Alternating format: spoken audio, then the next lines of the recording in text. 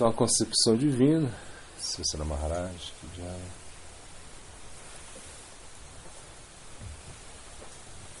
Bom, então ele fala aqui, né? Até mesmo algum erudito mundano, usual, disse que Krishna Lila é a Prakrita. Podemos rastreá-la a partir das descrições de Chaitanya Charitamrita, né? Kaviraj Goswami escreveu Lila de Krishna, mesmo Jala Kelly, passatempos na água, de tal forma que não podemos levar nossa mente luxuriosa para lá. Ele manteve a pureza do Lila com sua descrição, e Krishna com as Shaktis fazem suas brincadeiras na piscina do Jamuna. As características transcendentais foram mantidas ali. Essa Nitya Lila de que Mahaprabhu experimentou em seu transe profundo foi dada por Kaviraj Goswami. Não é qualquer coisa mundana, devemos estar preparados para essa experiência. Tanto mais alto que temos que alcançar uma ligeira experiência desses passatempos mais elevados, devemos estar prontos para pagar por isso, e somente isso o nosso Guru, para isso o nosso Guru Maharaj veio, né? Então realmente pagar o preço, né? Isso é muito importante, ou seja, que nós temos que pagar o preço por aquilo que nós desejamos, né? Então, por exemplo, se o nosso objetivo ele é muito elevado, o nosso preço tem que ser maior, né? Por exemplo, você pega um atleta de alta performance, né? Você vai ver que a vida dele é muito estressante, no sentido que é muito disciplinada, né?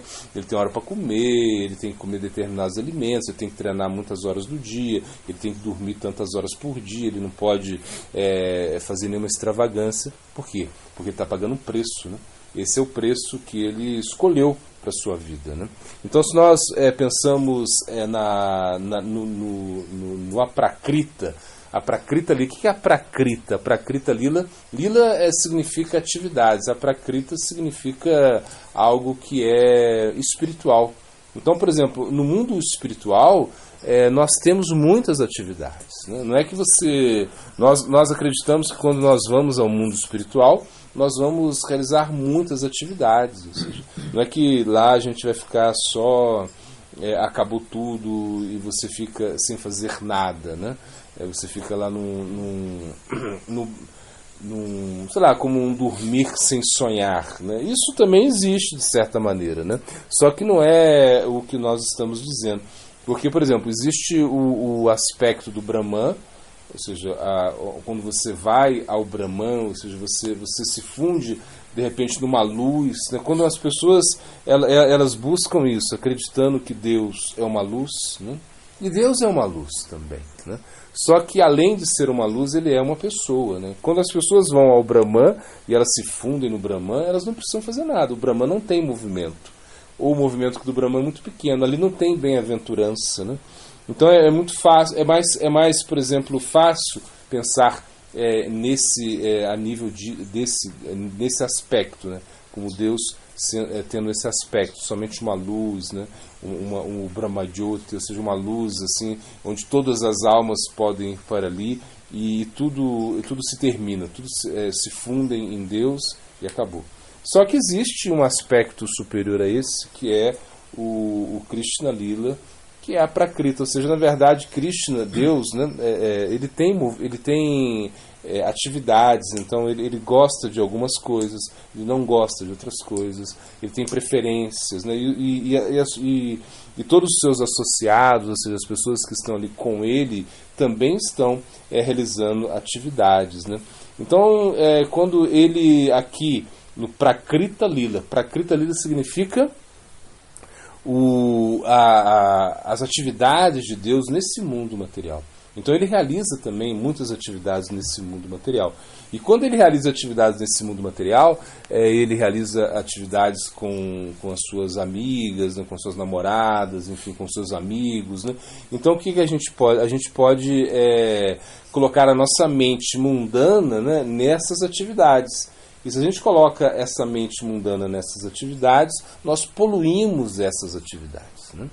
Então, quando nós vemos, sei lá, Krishna na floresta, né, com um monte de namoradas na floresta, lá brincando, tocando flauta, se divertindo na água, no Jamuna, no rio de Jamuna, aqui como ele está falando, né? Então nós podemos pensar que esse Deus é luxurioso, ou seja, ele está fazendo atividades mundanas, né? Mas não, na realidade não é isso. É que se diz que ele é completamente nirguna. Nirguna significa nir, significa não, né? Guna significa qualidades. Ou seja, ele não tem qualidades. Então ele não tem qualidades. Então o que é isso, não tem qualidades? Significa que ele não é tocado pelas qualidades materiais, né? Ou seja, não que ele não tenha qualidades, ele tem todas as qualidades, né? Porque é Deus.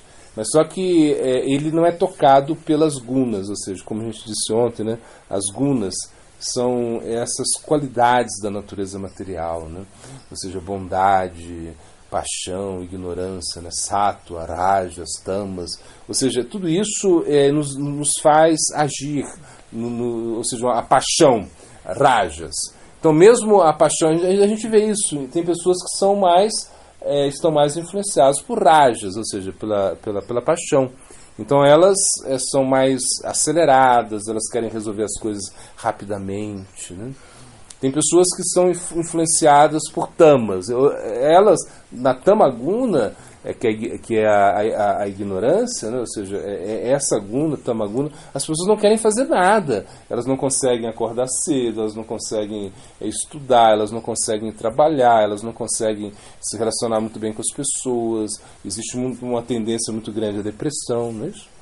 Então, por exemplo, elas sempre acham que tudo vai dar errado. Essa influência de tamas, né?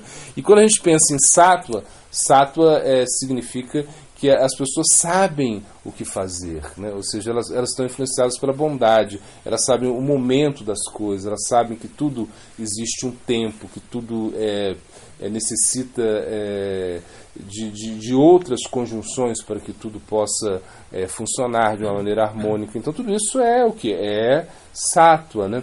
Por exemplo, a pessoa em rajas, ela quer mudar o mundo, né? A pessoa na paixão, ela vamos fazer revolução, vamos mudar, vamos cuidar das coisas, vamos modificar tudo isso. Isso é bom, não é ruim, é bom, né? Isso é muito bom, porque se não fosse isso, essa vontade de mudar o mundo, essa vontade de fazer as coisas, né, nós não teríamos nada praticamente. Isso é importante. A gente precisa de pessoas assim. Agora, a pessoa já em sattva, na bondade, ela não tenta mudar o mundo porque ela sabe que o mundo não tem solução. Ou seja, que realmente a existência material ela vai terminar. Então ela tenta mais mudar o mundo interno. Isso é a pessoa em sattva, né? Então, de acordo com o prakriti de cada pessoa, ou seja, a natureza de cada pessoa, nós vamos ter essa influência predominante, né, de sattva, rajas ou tamas, né? Mas na realidade o que a gente tem que entender é que Deus ele é nirguna, ou seja, ele não tem essas influências que nós temos, né? Ele é completamente diferente, né?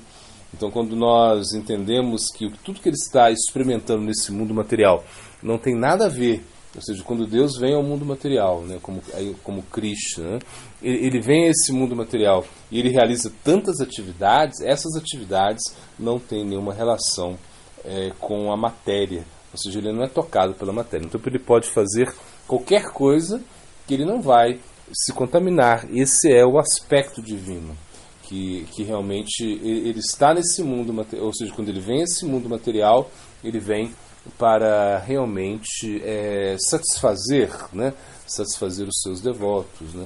Ele vem para compartilhar, ele vem para realmente se relacionar com os seus devotos, satisfazendo os seus devotos. Não é uma coisa material, né? É simplesmente uma passatempos, ou seja, ele vem para realmente fazer atividades, ele vem para brincar, né?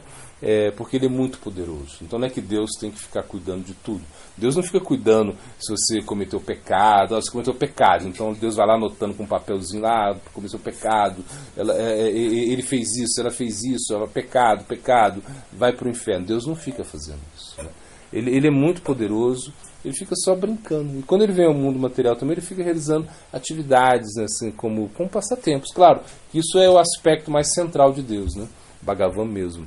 Agora, Krishna, agora quando ele manda também, né, os seus associados, ele manda avataras, ou seja, certas pessoas que são empoderadas por ele, né, para realizar também muitas atividades, né, como o Buda, por exemplo. Né, Buda é um avatar de Deus, ele vem para acabar com a violência, então ele pregou a ahimsa, né, a não violência, Satya, a veracidade, né? Então ele acabou com os sacrifícios. Nessa época se faziam muitos sacrifícios, né? Sacrifícios animais. Então Buda veio e terminou com isso praticamente. Ele falou, não, vocês não precisam ficar matando animais, né? Para obter coisas. Não, realmente, simplesmente pratiquem a Satya, a veracidade, a ahimsa, a não violência, né? Simplesmente desapeguem desse mundo material. Isso é como desapego, né? Alcance o nirvana, né? Nirvana significa literalmente apagar a vela, né? Nirvana é isso. Você cessa a existência material. Isso vai ser a sua perfeição, né?